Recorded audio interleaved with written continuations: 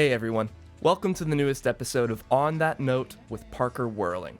I'm incredibly excited for today's guest because I've been a fan of his for over a year now when I heard his song Mind Racing on his 2020 album, Pero Like Como Eta. He just released his new album, Dun Dun, on Citrus City Records, and it's such an amazing blend of bachata, merengue, hip-hop, alternative music, and I'm just incredibly excited to have him on the podcast today. I can hardly contain it. But before we get the episode started, please make sure to like and subscribe to this podcast on YouTube, Spotify, and Apple Podcasts. And on that note, please welcome Steven Perez, aka Pedazo De Carne con Ojo. Well, I'm sitting here with Steven Perez, aka Pedazo De Carne con Ojo. I want to congratulate you on your newest album, Dun Dun. It's amazing. I've been a fan for a year or so I'm really excited to have you on. And another congratulations because you're actually the record holder of the guest with the longest name on this show. You actually, you beat the last guest the guest who held the title by one letter. Her name was Salami Rose Joe Lewis. So yours is 19 letters, hers is 18. You just barely made it. Wait, is my shit really 19 letters? It's 19 letters, dude. That's amazing. Holy shit, that's tight. There's an old inside joke with some friends on the number 19 and the fact that, like, I didn't even know that. That's dope. Hell yeah. Well, I'm holding strong. There you go. Yeah, very much a symbol in that sense as well. Yeah. But yeah, I'm excited to have you on the show. Like I said, I've been a fan since hearing your song Mind Racing off your 2020 album, Pero Like Como Eta. And I was listening to your interview with Under the First Floor, and you said that you wanted to make a record that people wanted to dance to, talking about your 2020 album, Pero Like Como Eta. So I wanted to ask, do you have sort of a mission statement going into this new album, Dun Dun? Well, first I want to say, like, thank you for having me on here. Thank you for the, like, kind words and listening to the music and stuff. Like, I've been doing this for a long time. So anytime anyone's, like, into it, it's kind of a surreal experience. I've been in a lot of projects. Yeah, I don't know. That was definitely, like, a mission statement then. I still hold to that. Like, I spend so much time. I made noise music. I made, like, very somber music, shoegaze music. I made a lot of different stuff that I felt was more kind of like selfish in a way, or like introspective. And I wanted to, it's not like that stuff doesn't hold true now, but I wanted to do something where people could dance. With this one, with Dun Dun, it kind of happened after, but I had like 2 or 3 songs written before the pandemic started, and then everything changed and I couldn't make music anymore. I think that's a lot of people for the first couple of months I was able to do some stuff, and then George Floyd protests, and you just realize that shit is much bigger than music. I didn't feel like I had anything to say, and nor should I. It was a moment to listen. So, in a lot of ways, it was navigating like that stuff, and then once I could kind of like, I felt like it was I felt like I could write again. Like, what is going on in a lot of ways is like asking myself, like, how can I be an artist while I'm watching like the world burn, right? And like rightfully so. I'm a firm believer that these protests made a lot of good things happen. The burning of these buildings made a lot of good shit happen, because you can't keep killing people and expect for that not to happen. But it's kind of asking that question. So a lot of it was, who am I to my family? Who am I to my friends? Who am I to my loved ones? I looked up the word after. It's crazy because that ad lib, or like the motif of done that runs through the album, like that was just some shit I was saying. It was kind of like me just being like, I'm done with this shit. Like, I'm done with being inside and stuff. But I looked up the word, and there's this old, it's kind of an archaic term at this point, but it's just like the repayment of a debt or something. And I think that was also a lot of it too. Like, whether it was like trying to help family financially, or making sure that I'm paying the debt that is like relationships. Like, am I being a good friend? Am I being a good partner? Am I making sure that I'm reciprocating that love? And so it wasn't necessarily like it started out like, all right, I'm gonna do this shit. Like this is, and can I curse out here? I don't know Oh if yeah, that's totally, dude. No problem.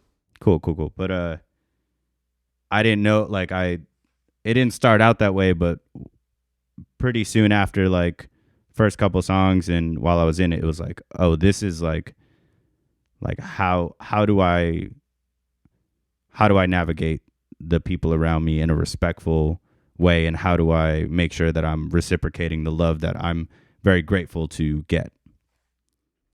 Yeah, that's beautifully put. It's interesting how, putting your nose to the grindstone and really working on your music can, of course, be a good thing, but it can also be just as beneficial to take a step back and live your own life and ask yourself the question, what is going on? That's actually one of my favorite songs on the project. So that's funny that you brought that one up. You kind of already mentioned a little bit of it, but I wanted to ask, were there any particular trials and tribulations going into this record that were specific for making this compared to maybe your previous releases? And if so, how did you overcome some of those obstacles? That's a good question. Yeah, there's shit. There's personal stuff, like people get locked up, people get sick, all that kind of stuff. Um, but that ain't shit compared to like what everybody else is going through. Like I had like a relative get COVID, and my godmother, like she was really sick. Like she was symptomatic, but she pulled through and she survived. Like there's a lot of people that can't say that.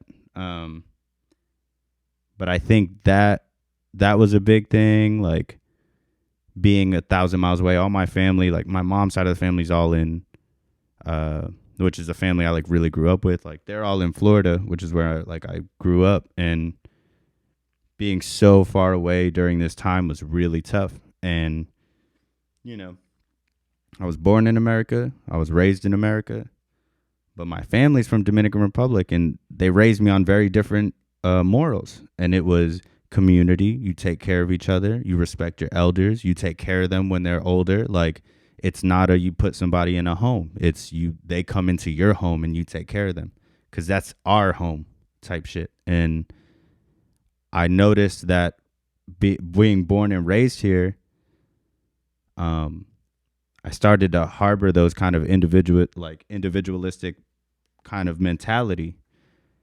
And I think if there's anything that I faced was being like, yo, I've been doing so much shit for me. I forgot. Like I forgot about home. I forgot about family. I don't know that I overcame it. You're always doing it. Like it's a constant thing. And if you ever think you're done, then you already fucked up. So I call family more. I try to. I got a lot of siblings. I try to call them because they're far away too. And I think that was like a big part of the album, where it was like a lot of the songs were like, again, that reciprocity of love and compassion. So, yeah, I would say like that's probably the biggest thing, is like remembering that community is way more important than yourself. That's such a good takeaway. I think to a degree, hopefully, we've all learned a little bit about that during the pandemic because we're all stuck in our own place. Like I was in LA when it really was going down, and I was with my roommates, thank God.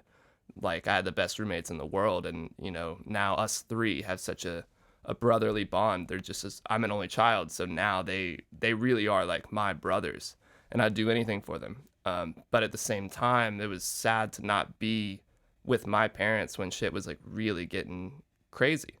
And after just coming back from my grandparents' house this weekend, I don't get to see them that often, and it just it makes me feel like I should be doing more as well to reach out to my family and embrace that kind of communal aspect, because it can be pretty easy to get so involved in your own art and your own craft that you would rather focus on, quote unquote, yourself and get your own shit done. But at the same time, if you're closing yourself off and not being the kind of friend that you want others to be to you, to them, you're not really going to be learning that much. You know, you can't learn so much by yourself. You have to be involved, and you have to help take care of people the way you would want them to take care of you. 100%. And I would even go further and say you're probably not making good art, because if you are really about, like, I don't know, I spent so much time making music for me, or writing poems or whatever for me. And then when I realized that, like, yo, this is not just for me. Like, if I wanted to be, then I could be Emily Dickinson and never publish a poem. That's not what I want to be, you know? That I probably have things like that I keep closed off. But in actuality, I make music because I want other people to enjoy it, to relate to it, to feel something. So if you're not thinking about the audience, if you're not thinking about the listener, like, again, you're in that selfishness. You know what I mean? Of course, you got to be proud of it. You got to be happy with it. You got to make sure that you would listen to it or read it or pay for it or hang it on your wall. But, like, if it's only about that, then, like, good luck. Straight up, like, good luck. Yeah, that can be a hard line for some people to ride, you know, because somebody might say, well, it's not good enough. I'm not ready to put it out yet. I don't want other people to hear about it. But what would you say to somebody who's feeling self-conscious about putting out their own music? And I'm going to tie this back a little bit into you, because I know you had an album that you totally scrapped before your 2020 album, Pero Like Como Eta. So how did you get over those insecurities, and what would you say to somebody who is dealing with that? Well, yeah, to clarify, it wasn't before Pero Like. It was my first release, Pedazo de Carne con Ojo, which is a 10-minute thing. So it was like I did this thing right before, which, I probably shouldn't have even brought it up because it was a long time ago. But it feels like it. There's a couple things I would say to that. I think the first thing, one of the best, like, pieces of advice that I read or listened to, it's not like someone gave it to me, but one of my favorite poets, Harriet Mullen, and I tell, like, fuck, if any friends are listening to this, they'll be like, there he goes again, because I bring this up all the time. But someone asked her, like, when do you know a book is finished, or a poem is finished? And she's like, when the deadline hits. And I really loved that, because I think it's easy, especially in the like the Control Z or Command Z, the, like, undo era. Like, we can just, like, edit everything, you know? Like, we live, like, our world is like a Google Doc. So, like, it's very easy to just be like, I can fix that. But, like, it's a moment. It's a photograph. Like, set a deadline, and when it's done, then it's done. And now, if after that deadline, you're like, this is trash, like, that's how I felt, like, then you could scrap it and keep moving. But, like, at some point, like, you got to just remember that, like, you should always be looking back and being like, damn, I progressed. And if you're always chasing, like, what you want to be your, like, magna opus or whatever, then, like, even if you attain that, everything afterwards is going to be trash. So, like, do your best, practice, try your hardest, seek friends to listen, to read, you know? Like, I think that's another thing people are really hesitant to share with their friends. And I've learned that that's actually, like, the best thing you do. Not to everybody, but have your people that you trust their judgment. And then when the deadline hits, put it out. And if you are happy with it, then you're good. You know, if you've been thinking about the people listening to it and all that stuff, or even not, like, put it out. If you're happy with it, put it out. See what happens, you know? I think that's the biggest thing. I feel like I said there was another thing, but now the more and more I think about it, like, that might be it. 'Cause it's hard. It's fucking hard. Like, there's no, like, real answer. Like, that helps me, but I get it. Like, you know, My Bloody Valentine's, one of my favorite bands ever. Kevin Shields took 20 years in between an album, and I was so concerned that it was going to be awful. And it was a really good record. Like, I think MBV has the best My Bloody Valentine song, like, of all time. So, like, wow, I get it. But yeah, that song, If I Am, to me is one of the best songs that's ever existed. There aren't many songs that can make you want to dance, fuck, cry, and smile at the same time. Like there aren't many songs that do all of that at the same time, and that song does it. Shout out, My Bloody Valentine. Shout out Kevin Shields. Yeah. Kevin Shields, dude, and the whole crew, Belinda, everybody. Yeah, of course. That's insane because I love them. Like I've loved Loveless for a while now, and I never listened to MBV because it wasn't on Spotify until like a few weeks ago. Yeah. So I finally heard it and was like, oh my God. It actually, I'll be real, it took me a moment to get into it just because, I mean, for me, how do you top Loveless? But then I heard it and I was like, I listened to it a couple times. I'm like, okay, yeah, these are pretty amazing. And the fact that he did take over 20 years is pretty insane. Like even your idols deal with those kind of or D'Angelo. Yeah, and D'Angelo as well. It's crazy that your idols also deal with those kind of those self what do you call that, just insecurities.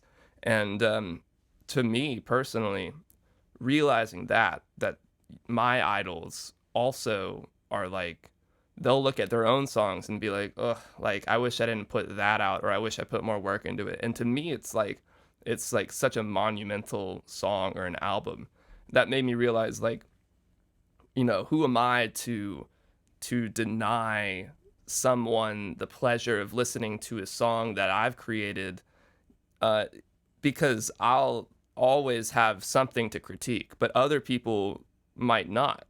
And at the same time, I think that also goes for, you know, changing genres. Like you don't have to stick to one thing just because you think someone has you know, defined you as that. Like I think Dun Dun has a little bit more of it just has a different feel to your last one, and like you have to evolve. And you also said on this your newest podcast, I cannot remember the name. I wanted to give him a shout out. What's his name? Beyond the Sound, Cameron. That's right, Cameron from Beyond the Sound. He was awesome. But you said you wanted to maybe do an album with no drums, and like, fuck it, why not? You know, don't let anybody say that you can't. For sure, yeah. And that's probably one of the hardest challenges I've set for myself. I don't know that I'll be able to do it, but I really want to. Yeah, it just is. And like on that point, like Beto, like there were songs on there that I almost didn't put on the record, and they're people's favorites.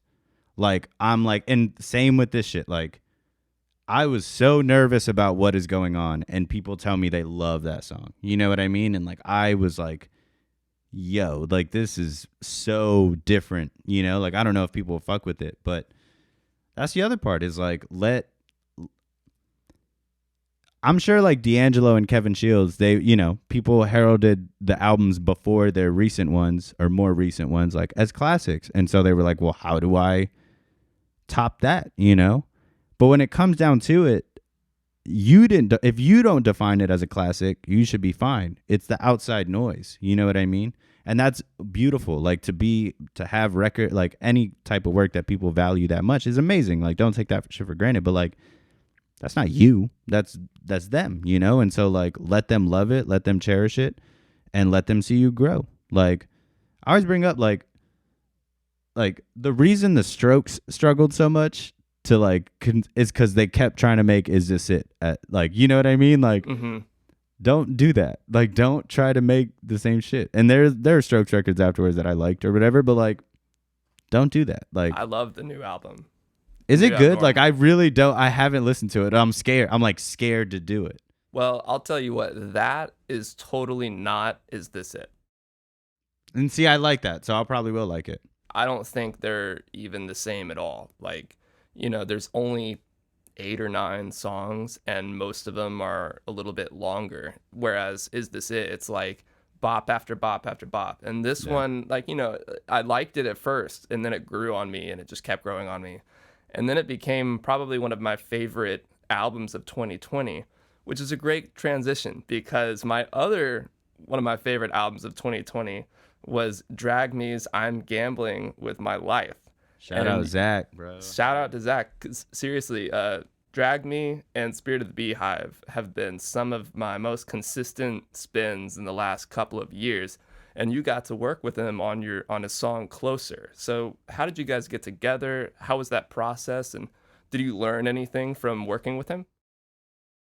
Yeah, I mean, that one was like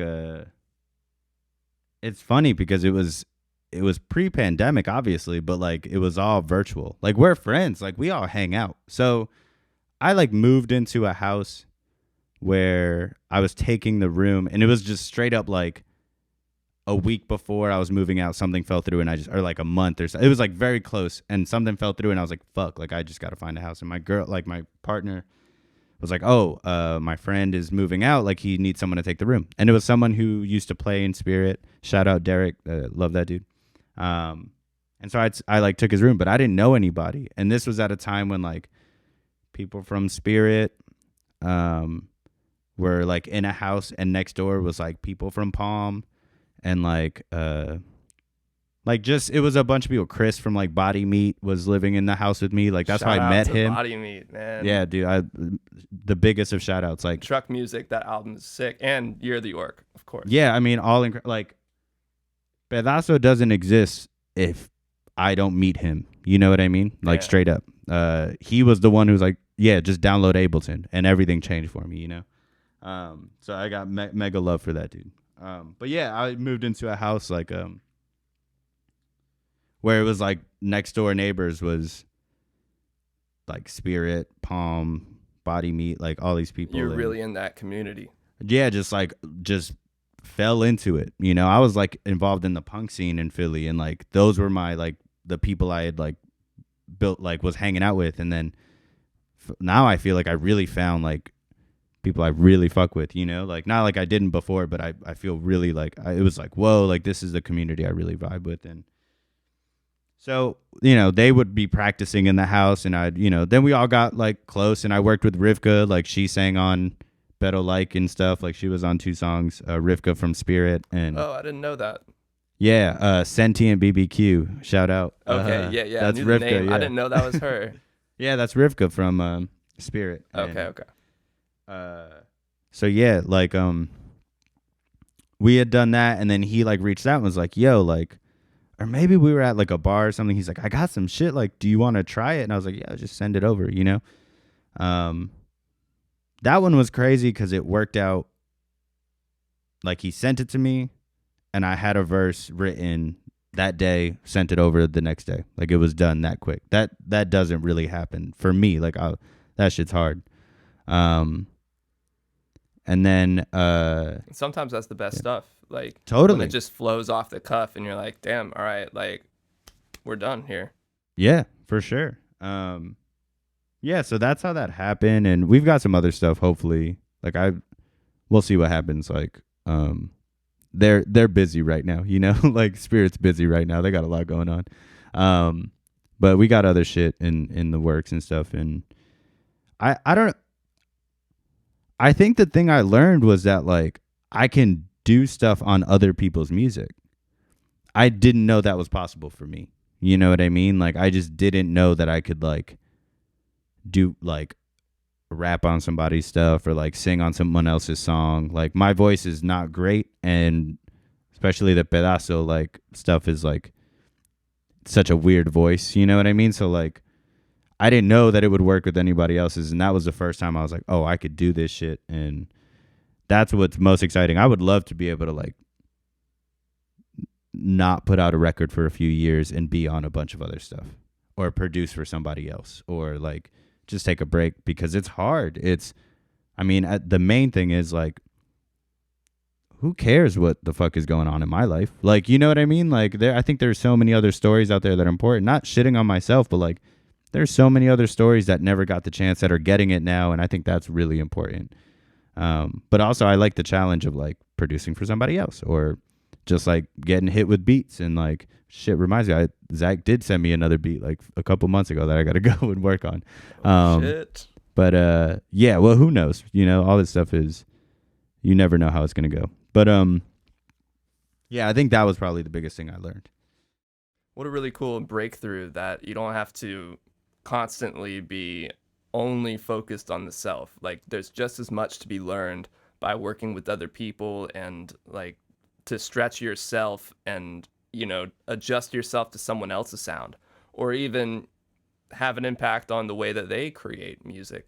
And like something that's really cool about this podcast, not to, make it about me, but I'm glad that I can learn so much from everyone that I'm interviewing, and like every, two people a week are basically giving me new perspectives and new perceptions on how I can view music and how I can help others. And thankfully, I mean, it's certainly not a huge podcast yet, but I'm glad that, I can help smaller people get a little bit of exposure. And it's nice when, people who I'm surprised say yes do so. And it's just, that's a exciting thing for me. And what's really cool is that I feel like I've noticed such a huge thing going on in Philly right now. And you moved to Philly. So was there a reason for doing so, like with music? Or did that just kind of fall into your lap? Because it seems like, I mean, Spirit of the Beehive, Body Meat, I interviewed The Goodbye Party, another Yeah, guy, yeah. Rubber Band Gun, and they're all there in Philly. So is there something about that city that, is brewing this culture of experimentation with music? Well, I think on the latter part of that question, like New York is expensive. I think that's really what Yeah. it is. Like straight up, is just and like my mom when she moved to the States, moved to Brooklyn. My brother was born in Brooklyn in 1985. That was a very different Brooklyn than what it is now. So I think there's also that cultural, the terms gentrification is, you know, shit hit peak there, Hmm. but I think you lose a lot of culture there. It's not like there's not people still there and it's not still that melting pot, but I remember being in, I remember being in Brooklyn like 6 or 7 years ago, and I just remember like they were just like, and you shouldn't. This I'm not saying it like this is a bad thing that you can do this, but I remember that they were just like young women like in their 20s just out at night at like 3 a.m. And I just remember being like, that's crazy. Because all the stories I ever heard of Brooklyn, like from my mom or my brother, was like, no. Like it's Like that's a big dangerous. no. We don't do Like that. it's dangerous out here. You know Damn. what I mean? Because they were in it. They were in the hood. Like it's just different shit. Um, but anyway, so I think that's the thing going on with Philly is just it was cheaper. It won't be. It's changing for sure. Um, I moved to Philly from Florida because I couldn't find work. And I graduated and I was at a restaurant. I will forever. It will probably forever be my favorite job. But um, Other than and I creating music. other than creating music, but this shit ain't a job yet. It ain't paying really. You know what I Not mean? yet, And but it's let's coming, man. hey, fingers crossed. But even then, it's still work, bro. Like it's still work. Um, that would be the dream. But yeah, so I was like at this restaurant and couldn't find like work, like a salary or something. And it's like, yeah, I gotta like help family and shit. People were going through stuff, and so I was like, well, how do I? Is that like age old like, well, they want you to have experience, but they won't give you the chance to get experience type shit. You know what I mean? So I just was applying. I remember I had applied to like 80 jobs, never got an interview, not even an email response back. And so I started looking into, well, how do I build a resume? And I like signed up to serve in AmeriCorps, which is like Peace Corps in the States. And I wanted to work in education. And I was like, well, shit, like if like me and my family got out the hood, like maybe I can like give back. And I was really realizing that again, it was another moment in my life where I was like, bro, I'm thinking about myself way more than like people around me. Like, what about the siblings I have that are still in the trenches of the shit and like people like them? Like, how can I try to help? And so I did it and got a job in Philly. And I learned a lot. I mean, that's an indentured servant system. I won't recommend it to people. But I did learn a lot.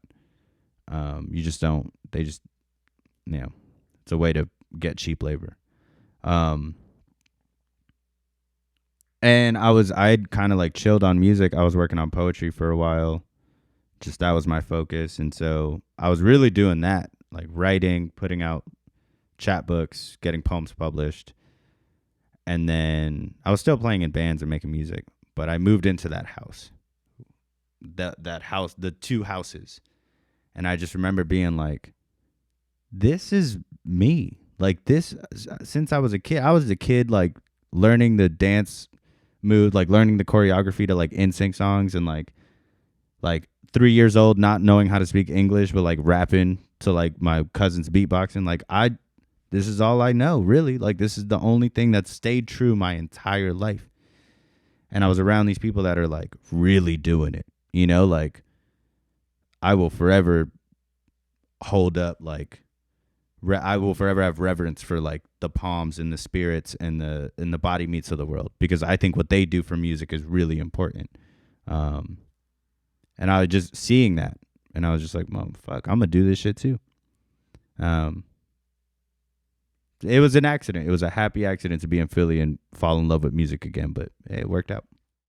It's amazing where life ends up taking you, and these unexpected turns or unseen routes that come at you that really provide these opportunities that you never thought were possible. And that's interesting that you took this job and you felt like maybe, well, you wanted to do more for other people, right? And that's obviously a noble attitude to have, and you can certainly do that in a lot of different ways. But the way you speak about Spirit and Palm and Body Meat, like the impact that they've had on you, you can yourself have that impact on other people. You've had that impact on me, and it's hard as artists to realize that you're the one who can do that for other people. You're like, because you look up to others and you're like, they're the ones who are doing it. But all you have to do is keep creating your own art and keep sticking true to yourself, and you're that person as well. Like, it's just really hard to see that at times, I think. Yeah, and shout out to every person who sent me a message on like Instagram saying like thank you or whatever. I am blown away by that shit. Like I am blown away, because like it's just strange, like I'm just doing that. I'm living in my house, just like doing my shit, just trying to pay bills, like all that stuff. And like, you're right, it's hard to realize that, but definitely don't take that for granted, like. And if I haven't responded to a message or something, I'm sorry. It's just life is crazy. But like, thank you, like to everybody. Thank you to you. Like, thank you to anybody who's listened, who feels like, that like there was an impact from my music. But that's all I'm trying to do is contribute to the craft. And you or whoever else will be the next one to do the same shit. And somebody else will hit you up and be like, yo, thank you for what you did. And if you keep that going, like, that's really the win. Don't think about like sales, all that stuff. That shit matters. I'm not trying to. Livelihood is important, but if you know that you contributed to the craft, there are plenty of people that put out singles that no one remembers a year later. But if you're someone who put out some shit that, you ever hear that quote that Brian Eno has about Velvet Underground? No, I don't think so. When Velvet Underground put out that first record, Brian Eno has this amazing quote where he's like, that album only sold 10,000 copies. But every single person that bought a copy of that album started a band. And I always think about that. That's the shit that's important to me. That's what I'm chasing. I want to pay bills, but that's what I'm chasing. Yeah, you got to be able to pay the bills. You said a quote on the last podcast you did with Cameron. You said, hold on, I wrote it down somewhere about like, did you make a hit or did you change the game? And that's so true, like about legacy. Like, a hit can make you that money and can pay those bills for a while. But a legacy lasts forever. If you change the game, like if you're constantly referred to as an influence, like, isn't that really why you're doing it? Don't you want to be the kind of person who's really changed the way people think, not only about music, but about life? Yeah, look at Steph Curry right now. Like, he's one of the most, I don't know if you follow basketball, but not as much as I should, but I know he's like, one of the GOATs right now. Yeah, like he's one of the most impactful basketball. When I was growing up, Allen Iverson, baggy pants, not wearing a suit to the games. Like he changed everything. Like in basketball, like his presence, like that. That's fucking important. Never got a ring, never got a championship, But no one ever shits on Allen Iverson. You know why? Because he fucking left a legacy. That's really important to me. That is what matters. And it should be a positive one. It shouldn't be he was a great artist, but he was a dick. Nah, man. He was a great artist and he stuck around and he signed the things and he was grateful and he wasn't perfect, but he was grateful for his time. Like that's what I want. That's where I want to be. Beautiful, man. That's a great transition here into the last 5, where I'm just gonna ask you 5 quick questions and we'll be done. Sure. All right. Well, you kind of already answered the first one. The question is Logic or Ableton, and you say Ableton, but Hard Ableton. But yeah, why are you Team Ableton? Because it's the one that I got straight up. Yeah. You think if you got Logic, you would just have done that one? Oh, I don't know. That's a hard question. I don't know, man. Yeah, I don't got the flux capacitor to figure that one out. Maybe, but Ableton is really good for what I do. Yeah. That simpler is really good for what I do. Yeah, it seems amazing for samples. I use Logic mainly, but I used to have the really beginner version of Ableton where you do the 8 tracks and you can't get more than that. But it seemed like there was a lot of capabilities you could use that you can't really do on Logic, or at least not nearly as quickly. You can reverse something by just pressing R, or you can you can just build a whole song really quickly for a quick idea, whereas Logic, it seems a little bit for me personally better at if I've already got the song ready to go, I can just lay it out. But Ableton seems like more of a really creative workspace. Yeah, and I think that's what it holds great. If I were still in bands, I probably would be using a Logic or something. I mean, now I have Ableton, so I'll work in that. But like you said, it's more for I look at a Logic for recording, whereas I look at Ableton for construction. You know? Yeah, 100%. Well, question 2 is, what is a piece of equipment that you can't live without? Microphone. Simple as that. You don't need much, do you? No, I mean, shit, I need a lot at this point. I need my MIDI controllers, my piano, all that stuff, but my drum pads. But I could make those work with my computer keyboard. Right. I need my microphone. There you go. Simple answer, man. I like it. Question number 3 is, who's your dream artist or producer to work with? All time or right now? Time doesn't matter. So if the person's not even alive yet, or anymore, you can say that. And you can name a few. You don't have to name one. Off top, Coltrane. Oh, wow. Okay. I try to stump people with these. Really? That's a doozy. Coltrane, Kevin Shields. Nah, he'd drive me crazy. Never mind, scratch that. Yeah, he'd make you do 3 hours or 3 days on a snare sound. Coltrane, Celia Cruz, and right now Mellow Zed out in London. I don't know if you listen to Mellow Zed Zachary. That to me is one of the most slept on albums. It's beautiful. It's fucking. I've been waiting to just say out loud Mellow Zed Zachary is that was one of the most influential albums to Dun Dun, hands down. Wow. All right, Mellow Zed Zachary. I'm gonna check him out. I've never heard of him. Yeah. It's a yellow cover. It's incredible. Check it out. Okay, I actually have 3 artists who came to mind. I'm actually surprised you did not mention one of them because you mentioned it on the last 2. But Solange, of course. Oh shit, yo! But I would just faint. I wouldn't be able to do it. Shit. I'm trying. I think I was trying to think outside of that. Earl probably would be on the list too. That's the other one I wrote, and then I got a third one. What's the third one? Choker. Oh my god, that's yo. All right. I'm starting over. Okay. Celia Cruz still, because she's the queen of salsa music, and so if I could do anything with her, that would be crazy.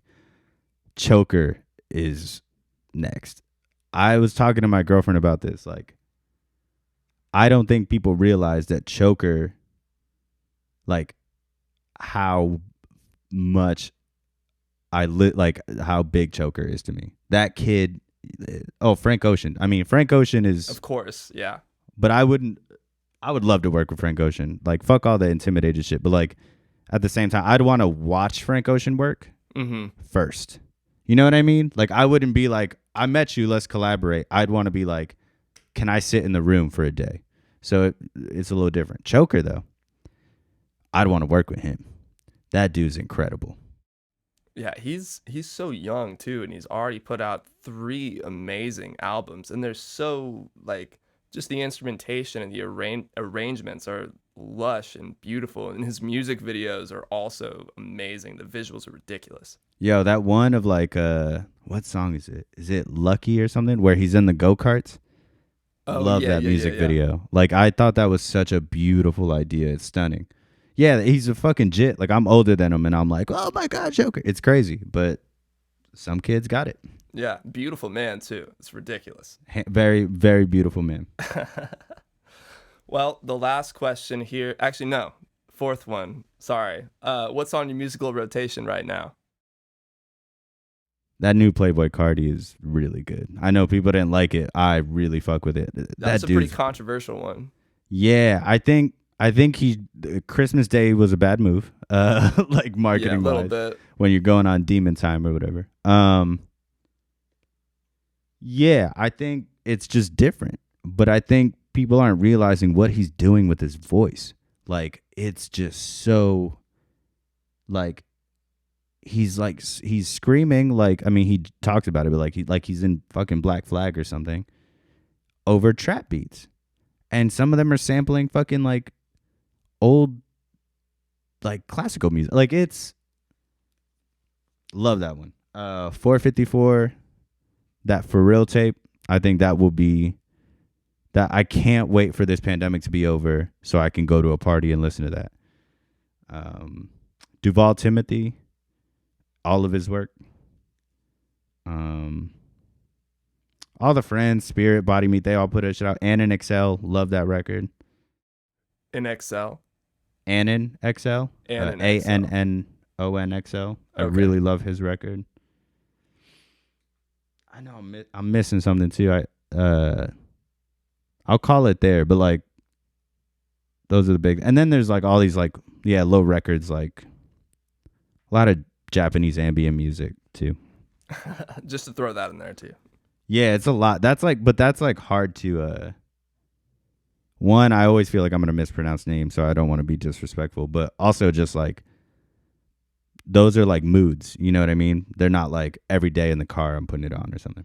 Right. I got you. Well, that's a pretty good list. Yeah, just send me a few of those last ones because I don't know Timothy Duvall or 454. Or I think I heard you say that in another podcast or something. But yeah, I'll have to check those out. Yeah, I'll send them over for sure. They're real good, real good. All right. Well, the last question here before we're done is kind of a doozy. I'm really curious to hear your answer because we already talked about him. But Channel Orange or Blonde? Endless. Oh, fuck. Damn, dude. Wow. I wasn't expecting that. Why Endless?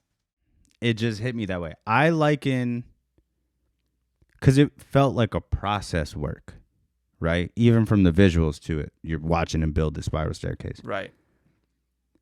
Blonde is like the Sistine Chapel. I've talked about this before. Blonde is like the Sistine Chapel. Endless is like seeing the sketches before they painted the shit. Huh. I love that. I'm such a fan of that. And that's like the artist appreciating an artist. You know what I mean? Like, that's just because I love process stuff.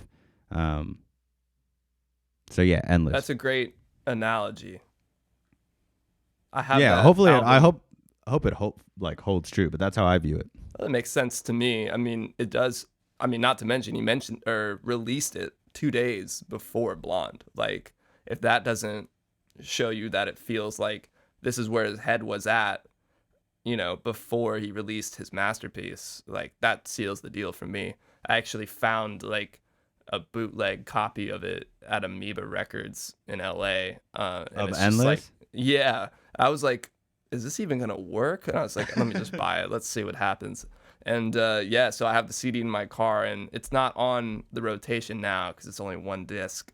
But it was for a long time, probably like summer of 2018 is when I found it, and I just listened to it all the time. But that's really funny you mentioned that. No one has ever said that when I asked that question.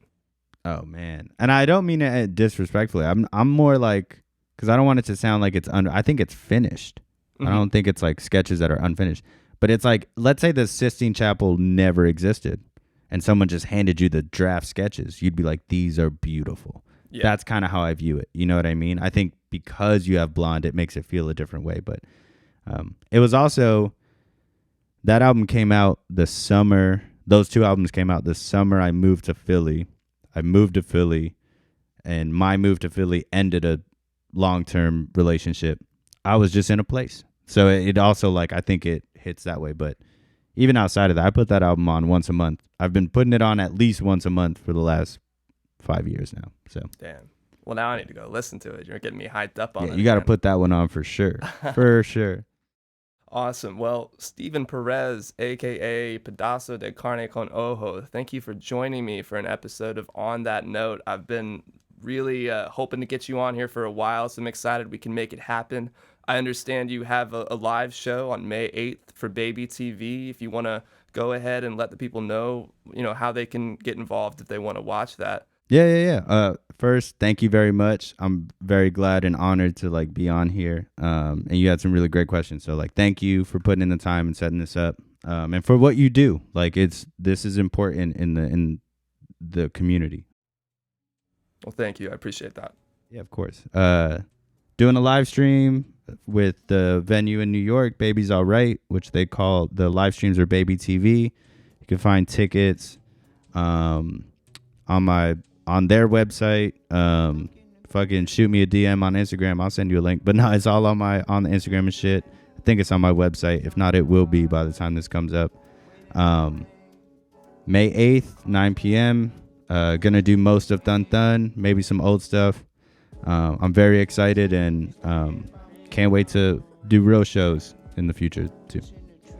Yeah, man, real shows are gonna be awesome. I want to see you do like a real show, but I'll be there for the live event as well. And yeah, everybody go follow you at Pedazo De Carne con Ojo. Steven Perez, thank you again for coming on the show. I really appreciate it. I hope you have a great day. Thank you very much. I'll talk to you later, dude. See ya. Take care. Thank you again for joining me for another episode of On That Note with Parker Whirling. If you haven't yet, please make sure to like and subscribe on YouTube and Apple Podcasts, and you can even leave a comment down below to let me know who you're listening to. On that note, I'll see you guys next time. I wanna dance. I wanna dance. I wanna dance.